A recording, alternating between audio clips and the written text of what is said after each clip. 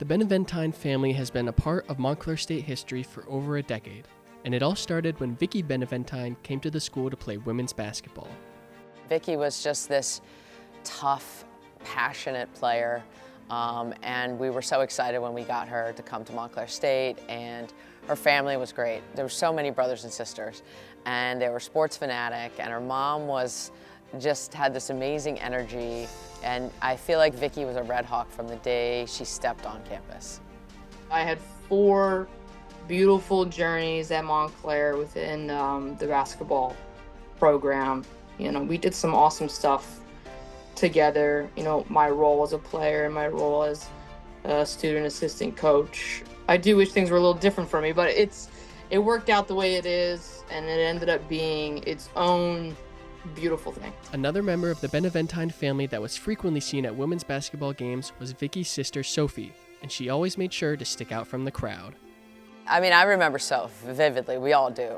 She was this crazy 9-year-old running around, you know, with her face painted and her friends, and grabbing a basketball any chance she got, and shooting at halftime or, you know, timeouts, and cheering and signs. She was at every game for 4 years. She came to basketball camp, and I did more than hint about her coming to Montclair State. Her and I always had a connection for whatever reason. She was just like a coach's kid, you know? Sophie saw that part of it where you need to build those relationships and work together off the court, and then everything on the court kind of just falls into place. The team was just a family. I remember watching Melissa Toby play, Janitza.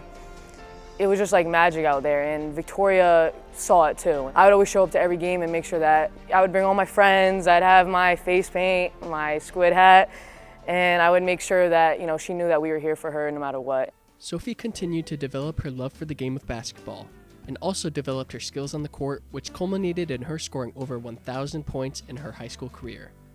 By her sophomore year in high school, it became clear that her talents would take her above and beyond the Division III level. Vicky and I, you know, would talk about it, and I said, I don't know, Vic, I think she's out of our league now. I started getting recruited around my sophomore year.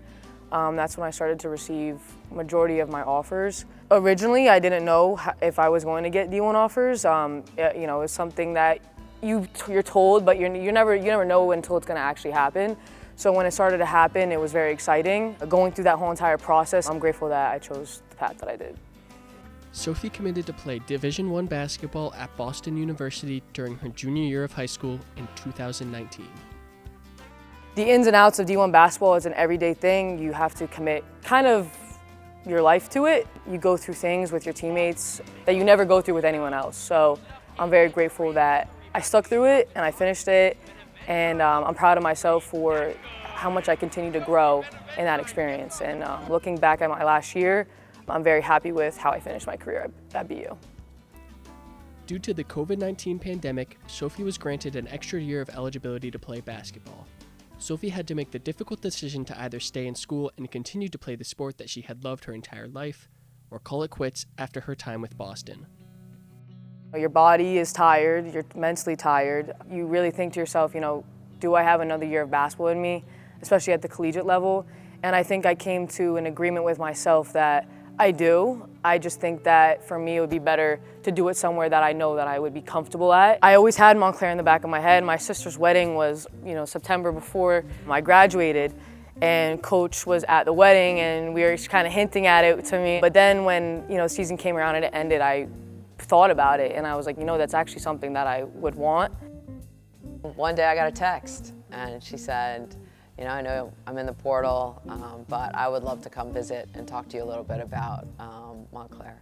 We set up the visit right away, and Coach Sire, myself, and Vicky came with her. It was the easiest recruiting visit I've ever done, but the most nerve-wracking. Sophie committed to Montclair following her final season at Boston University, and is currently building on the family legacy at Montclair State. I went through the process for about 3 months, and it took me about 10 minutes to make a decision when I got here. Even just being able to see my family just at the bleachers and seeing them at a different angle, there's no other feeling like it. I'm fulfilling my life sort of mission. I wanted to create something always, at this level, that was way more than about the game of basketball. There are times where I'll look at her and I'll see that 9-year-old, you know, and I'll see that kid that just loved the game and worked so hard to get where she is. But these girls, they want to win so bad. They want to win, it's in them. It's kind of the same feeling I get when I watched Melissa Toby and that whole entire team play years ago when they won the NJAC for 4 years in a row. Seeing how these girls have such a passion and a heart for the game is something that you don't always get with every team at a D1 level. You know, it's a second family, so you can't get that everywhere, and you can't get that as just a regular student.